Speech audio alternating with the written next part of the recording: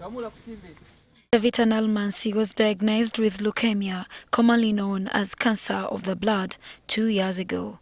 She was 9 years old at the time. Nazaala omwana ono mwaka gwa 2008 nga mulamu. Nasoma bulungi nnyo okuva mu baby class paka mu kyokusatu. Second term obulwadde bwamukwatira. Nalmansi, who had just joined school, had to suspend schooling as she battled the disease. Popista Namatovu, mother to Davita, says that she was shocked for what looked like fever turned out to be cancer. Yasooka n'akabanga amagulu omutwe biki ne tubeera ano ne tugenda mu malwaliro aga kuno mu zikiriniki uyo Kiwoko na Kaseke kutuuka eyo omwana nga yeyongera bulumi yenna n'akogga nga gumba jjereere. Twava eno nga talya okutuuka eyo omwana yamala wiiki emu n'atandika okulya ne bamujjanjaba ne tubeerayo batujjanjabira emyezi nga 6 oba 7.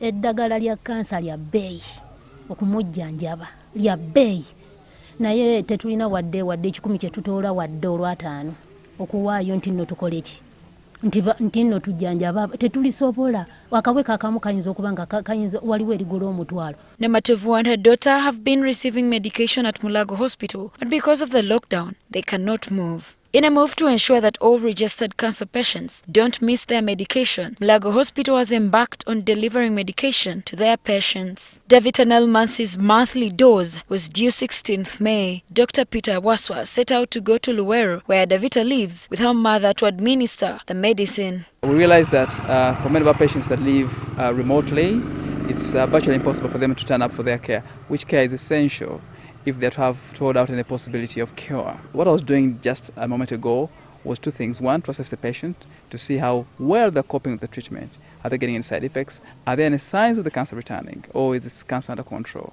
And then deliver the chemotherapy and advice about how they should look after the child from the cancer perspective. This, they say, is very important for their patients, as a relapse in the doses could draw them back to 0. We had a big challenge on how do we manage to get our children, mainly because they have daily medication, weekly medication, and they come from different parts of the country.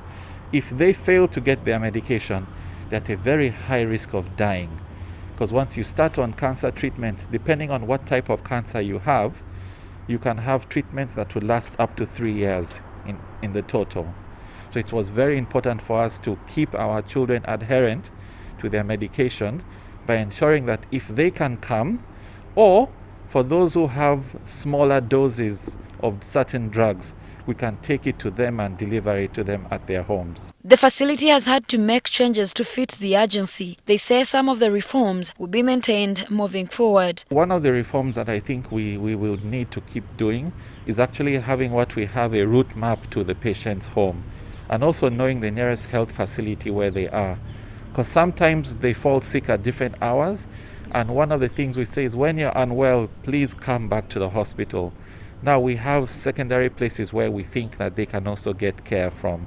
And it also allows the parents to know that our health facilities at lower levels can actually do minimum interventions before they move on. Cancer patients have also been advised to reach out to the facility on their numbers to seek help during the pandemic. Olivia Kumgisha, NTV News.